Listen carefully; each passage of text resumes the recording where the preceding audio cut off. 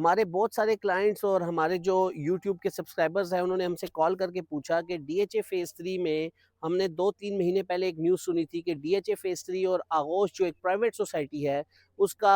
एक joint venture हो रहा है और ये आगोश जो लोकेटेड है इसका एक फेज़ जो है वो बिल्कुल डीएचए के साथ जहाँ पे मैं खड़ा हूँ यहाँ पे लिंक करता है और दूसरा डीएचए फेज़ 2 के गेट नंबर 4 के बिल्कुल ऑपोजिट मेन जीटी रोड पे इसकी अप्रोच स्टार्ट होती है। तो अगर आप इस न्यूज़ के बारे में मज़ीद इन्फॉर्मेशन जानना चाहते हैं तो ये वीडियो आप लोगों के लिए देखना बहुत ज़रूरी है। मैं मोहम्मद अली आर.ए.के प्रॉपर्टी से इस वक़्त आगोश सोसाइटी के बिल्कुल एज पे खड़ा हूँ जहाँ पे आगोश सोसाइटी का एंड हो जाता है और मेरे पीछे जो आप पार्क्स या घर देख रहे हैं ये डीएचए फेज़ 3 का सेक्टर ए ब्लॉक है। अ, जो जेवी के बारे में इन्फॉर्मेशन चल रही थी वो सोसाइटी की जेवी नहीं था, वो सिर्फ़ एक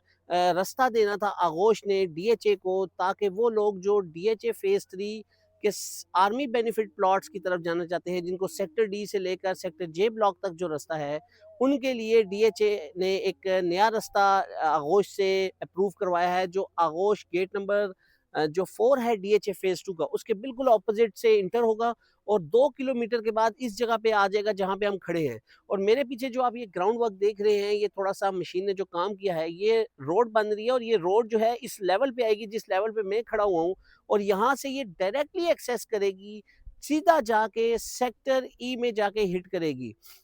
इससे एक तो अप्रोच बिल्कुल स्ट्रेट हो जाएगी जो आप जीटी रोड से जैसे ही आगोश में इंटर होंगे 2 किलोमीटर ये मेन बुलेवार्ड है 120 फुट की 2 किलोमीटर का डिस्टेंस आप ट्रैवल करेंगे और आप सीधा जाके सेक्टर डी और सेक्टर ई के जो जंक्शन पॉइंट है वहाँ पे जाके आप हिट करेंगे।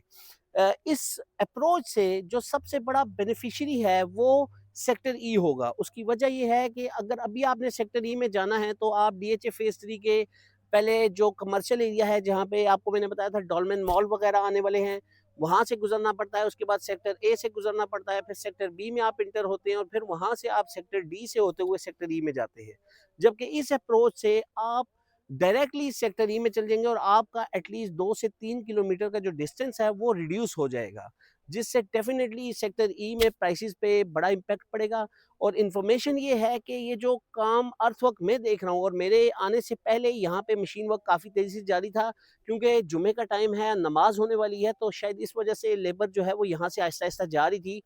जो काम लगा हुआ है और जो मेरे करीब मशीन्स भी मैं यहाँ पे नज़र आ रही हैं, जो मशीनरी जो खड़ी हुई है, मेरा अंदाज़ा है कि अगले 2 से 3 महीनों में इस रोड को ये कंप्लीट कर देंगे और हम अगले 2 से 3 महीनों में इस रोड को अगर हमने सेक्टर ई या सेक्टर डी में भी जाना हो, तो हम यही रोड यूज़ करते हुए जो डीएचए फेज़ 2 का गेट नंबर 4 है, वहाँ से हम डायरेक्टली हिट कर लेंगे सेक्टर डी और सेक्टर ई को। तो मज़ीद आप लोगों ने अगर इन्फॉर्मेशन लेनी है या आप लोगों ने डीएचए फेज़ 3 के सेक्टर डी, ई, एफ में कोई प्लॉट लेना है, तो हमारे नीचे दिए गए नंबर्स पर राब्ता करके आप हमसे ये प्लॉट खरीद सकते हैं।